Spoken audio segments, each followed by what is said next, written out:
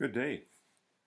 Before we carry on with density, it's time to give you some reminders about finding information about solids.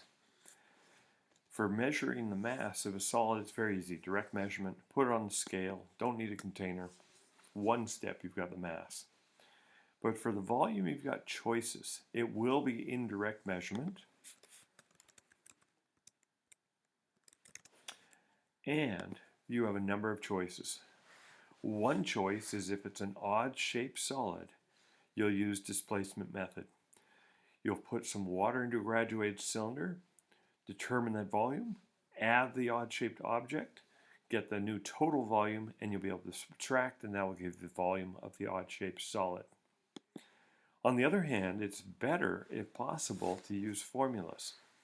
If you have a rectangular solid, you measure length, width, and height, and you multiply together.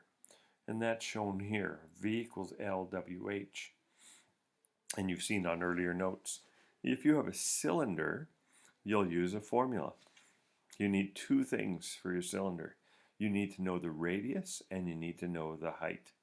So here's a cylinder like this, and here's the radius, and here's the height. Now, often it's hard to know exactly where the center is. So you're better off to measure diameter, divide by 2, that'll give you the radius, and then measure the height. Pi, often calculators have the value of pi. If it doesn't, you just put in 3.14. Take the radius, multiply it by itself, that's what the r squared means, multiply by the height. And when you multiply all those things, that will give you your volume in centimeters cubed, assuming you measured the height and the radius in centimeters. The other thing is spherical solids, so that means things that look like balls. Again, you're going to figure out diameter, divide by 2, that'll give you the radius. Then you're going to go 4/3 pi r cubed. So that means you take your radius value, multiply it by itself, multiply by again, or use the y to the x3 key. Multiply by pi, the 3.14, multiply by 4, divide by 3, and if your radius was in centimeters, your volume comes out in centimeters cubed.